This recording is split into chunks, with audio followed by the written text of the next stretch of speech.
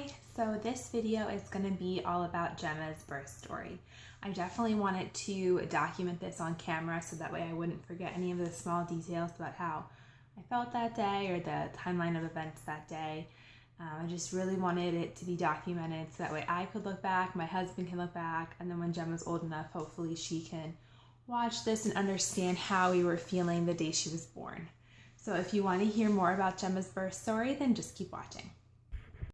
Okay, so before I even start this, I literally just took like 3 minutes to set up Gemma's room, and I put her in the crib so that way I could move a couple things around to record. And the little girl, look at her. She literally just passed out in the crib. She's not even in her sleep suit that she sleeps in. She just passed out, which is the cutest thing ever. So I'm just gonna let her go since she was comfortable with me talking. So to start off with, our daughter Gemma Grace was born on Sunday, May 1st, and she was born at 3:32 in the afternoon. And that morning, May 1st, I woke up at 5:30 in the morning feeling like I needed to pee, which is pretty typical for someone who was 38 weeks pregnant.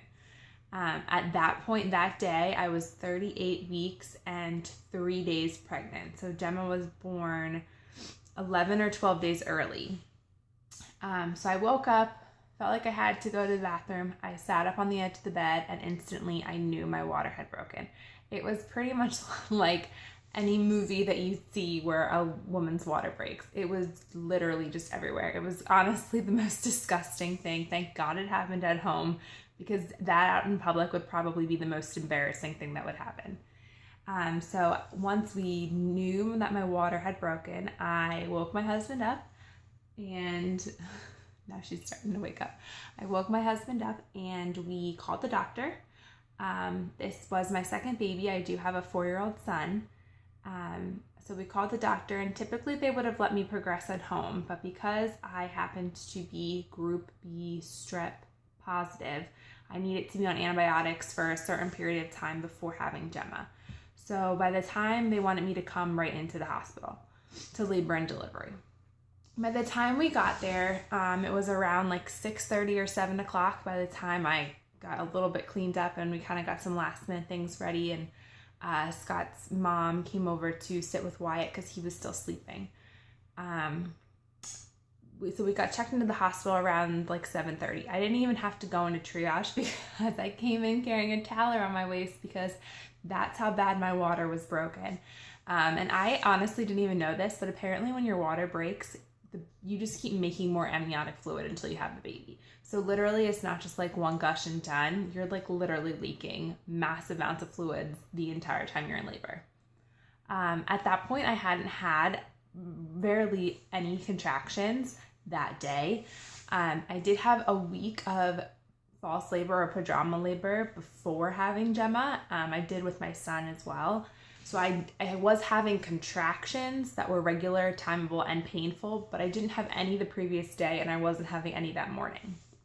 So we got checked in. They checked me. I was like 3 centimeters and only like 70% of face, and Gemma was still +3 station. So she was the highest up in my abdomen that she possibly could be. So she was not really engaged, so to say.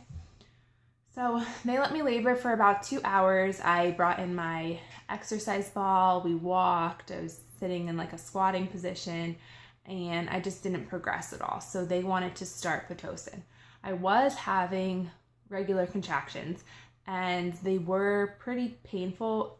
They were definitely bearable, but I knew that getting the Pitocin would make them increase in frequency and in intensity. So I didn't really want to labor through the contractions, adding onto the Pitocin without having an epidural. So I requested to have an epidural. Literally, they like gave me the Pitocin, and then I got the epidural right away. So before the Pitocin could even really kick in, I already had the epidural on board. I say that because the epidural literally worked for maybe 15 minutes, and then it just didn't work at all. So a couple hours went by of me being in a lot of pain because I was basically experiencing natural childbirth, which was something I was not mentally prepared for. I wanted an epidural. I had one with my son. And my epidural with my son worked the entire time I was in labor and delivering him. So that was kind of what I was holding like my comparison to.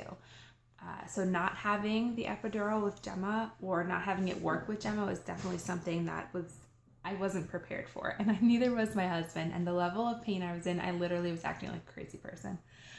So anyway, they came back in around 3 o'clock to check my epidural, because at that point I was like, I have to have something. This is ridiculous. So they came back in to check the epidural at around 3 o'clock, maybe a little bit after than that. And they were like, the nurse said, nope, we can't do anything to your epidural. You're going to have a baby. At that point I was 8 centimeters dilated and Gemma was still +3 stations. So she had not moved down at all, which is why I think it took me so much longer to progress than it did with Wyatt. So they couldn't fix the epidural. I was already too far dilated.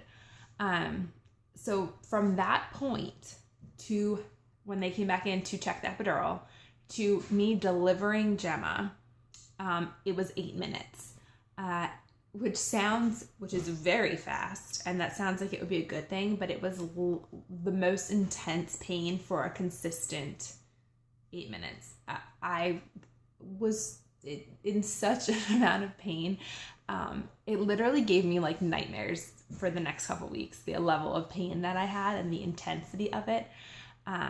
But it was 8 minutes. I pushed 3 times and I couldn't even wait for a contraction. It just happened so fast. But she was born at 3:32 p.m. and she was born weighing 6 pounds, 10 ounces. She was definitely a little peanut, and she still is. My son Wyatt was 8 pounds, 8 ounces. So she was literally almost 2 entire pounds less than he was, which was completely a different world for my husband and I. We didn't really know what to do with her. She was just so tiny. She did have like a perfectly round head, shockingly enough, because she didn't sit in the birth canal at all. She was like up in my belly, and then 8 minutes later she was here. We were so excited. They were able to put Gemma on my chest, which isn't something that I was able to experience with Wyatt. And I just held her and I instantly knew she was tiny. She just felt so small. She didn't have a whole ton of hair, but the hair that she had was a little bit red, and she still is holding true to that kind of reddish color today with her hair. So it took them about like 2 hours almost to like finish for me to deliver the placenta and to like stitch everything up and deal with all of the afterbirth issues. And then we were transferred like immediately to the mother and baby unit. And the first person that came in to see Gemma, of course, was her big brother Wyatt, and he got to hold her and kiss her, and he was just so excited to meet his baby sister. If you guys like this video, give it a thumbs up and click the link to subscribe. And I'm going to be having a lot more videos on my channel very soon. I'm really excited to kind of catch back up and do some of Gemma's updates and postpartum updates and some interesting fun videos with Wyatt. So stay tuned for all of those, and I'll see you guys in the next video.